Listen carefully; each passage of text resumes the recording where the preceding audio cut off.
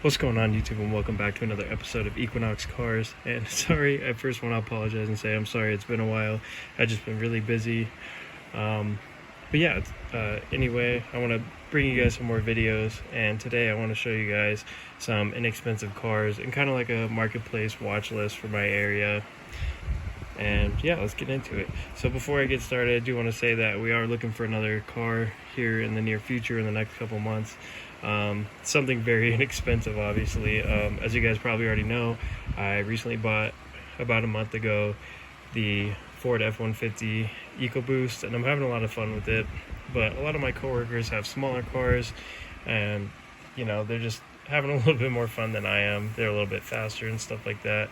So don't get me wrong, if you're into trucks, that's awesome. I'm also into trucks, but we're actually just going to be looking for maybe the next car that we get. And the best way to do that is to search Marketplace. I'm on Marketplace every single day, just seeing how much things are going for, seeing if something pops up that's worth grabbing, or getting an idea for something in the future that would be a good pickup. So the first car that I want to talk about is actually going to be a Lexus.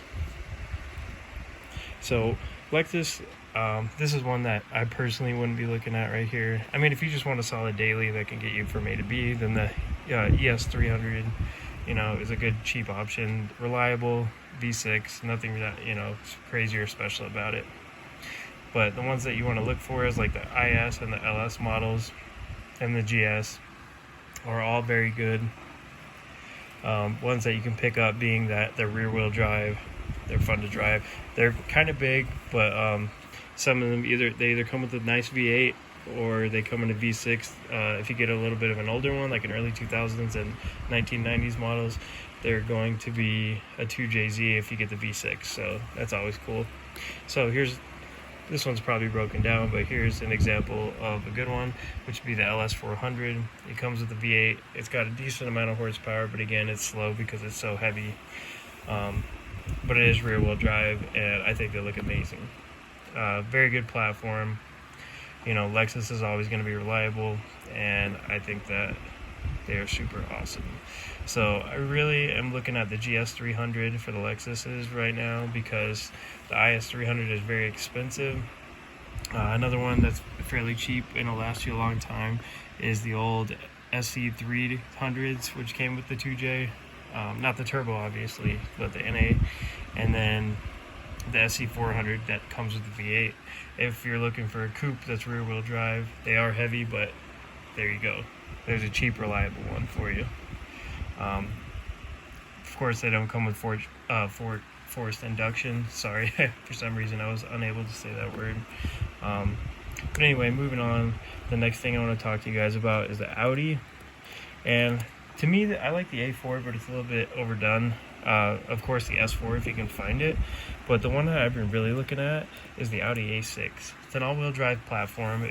If you live somewhere in the snow, and it's a little bit of a bigger car, so that way you can carry you and all your friends around more comfortably. This one has a V8.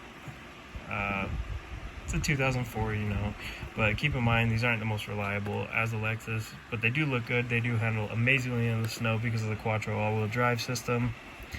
But yeah, here's a good example for around 5K. You can get a 2006 A6. The one that, if you're going to modify it, that I would look for is the 2.7 liter twin turbo model. They should run about the same price, but I think these look really good for the year. They age very well. This is a great example. Interior is all leather. Looks very comfortable. Automatic transmission, which is, that's just something that's going to happen, or something you're going to have. I think, don't quote me on this, but I believe 2006 or 7 is when they introduced paddle shifters in the Audi, so at least for the ones I'm seeing. But yeah, they even come in a wagon form. I've been watching this one for a while. This one is a 2002. Interior is kind of rough, but this guy definitely took care of it. Very nice. Other than the interior. Alright, the other car that I've been looking at recently is actually going to be the BMW E36. Again, not a very reliable option. in most people's opinions. Of course, if you get the turbo version, like the M3 or the 335, then it's going to be even worse reliable. But yeah, I've seen the E36s somewhat get high mileage. So you can get a manual transmission, rear wheel drive BMW E36, and of course it's not going to be the fastest car out there, but if you want something lightweight that you can definitely throw around and beat on, this would be a very fun car to do that with. It's not always about speed, but if you like speed, then the next car on this list will definitely excite you. So people usually either love or hate these, but it's the Infiniti G35. In my area, at least, I'm not able to find the coupe for $5,000 or less in running condition, but I can definitely find the sedan under $5,000. Yeah, the sedan is pretty fun. My coworker recently picked up a G37 all-wheel drive. Like I said, the nice thing about these is that you can get them in rear-wheel drive or all-wheel drive depending on your needs. And then you can get the sedan or the coupe depending also on your needs. Like, you need to carry a lot more people. I think both are fun. My friend got the all-wheel drive version. I feel like it's a little bit faster probably, just because all-wheel drive grips better, but it is definitely very fun to drive, especially around a little bit under or a little bit over 300 horsepower. And the G35 and G37s is definitely a bargain car that is extremely fun to drive. Just hitting like 5 point something seconds 0 to 60 is always a good time. Alright, and then the last car I want to show you guys that I'm not super big of a fan of, but I think they're underrated, and it is the Mark IV, and not the Supra, but it is the Golf and the Jetta Mark IV. And why these are cool is because they're budget and they can make a ton of power. You can easily find them under $5,000. Manual transmission, sadly front wheel drive, but I think they look good for their age, and they can make quite a bit of power, and they're very lightweight, and you could definitely track them if you really wanted to because they're light. You could up the boost on them, you can make them fast. Oh look, here's even a GTI model for a good price. The GTI is the one you want because, it's just a better platform. Now, these did come in a V6. Personally, I wouldn't get that one. I would get the 4-cylinder with the turbo. But, yeah. I do think these are slightly underrated for the front-wheel drive category. This generation specifically, of course the newer ones are very popular. But yeah, those are just some cars that I wanted to show you guys that I've been looking at recently, just watching the market. If I was going to be smart and pick up any of these, I would definitely pick up the BMW E36 and fix it up as best as I can and not beat on it at all, because a lot of people are saying that it's going to go up in price just like the 240s did. Like the S13s and all that, but I want something that I can drive and have fun with. I'm not really looking to make a profit.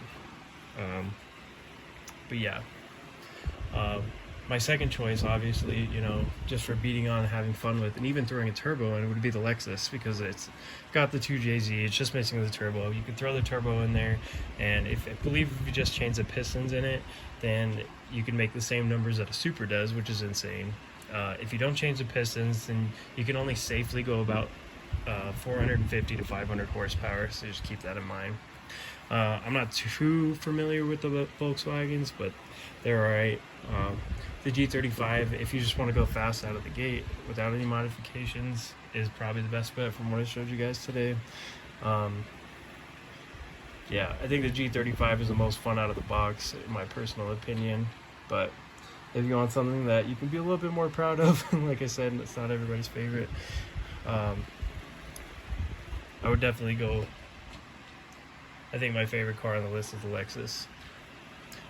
And for the last car, I guess, that I showed you, or the first one, which is the Audi A6.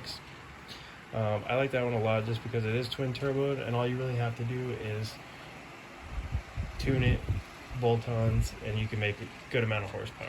But then again, you're sacrificing reliability because these cars are already pretty much unreliable for the most part. At least that's what I've heard of. I've never owned one, but through research that's what I've learned. But they do make really good numbers, and they can definitely put horsepower down to the wheels. But anyway, guys, thank you guys so much for watching. If you enjoyed the video, please like, comment, and subscribe. Share the video with your friends. This has been Equinox Cars with another Marketplace Watch. Peace.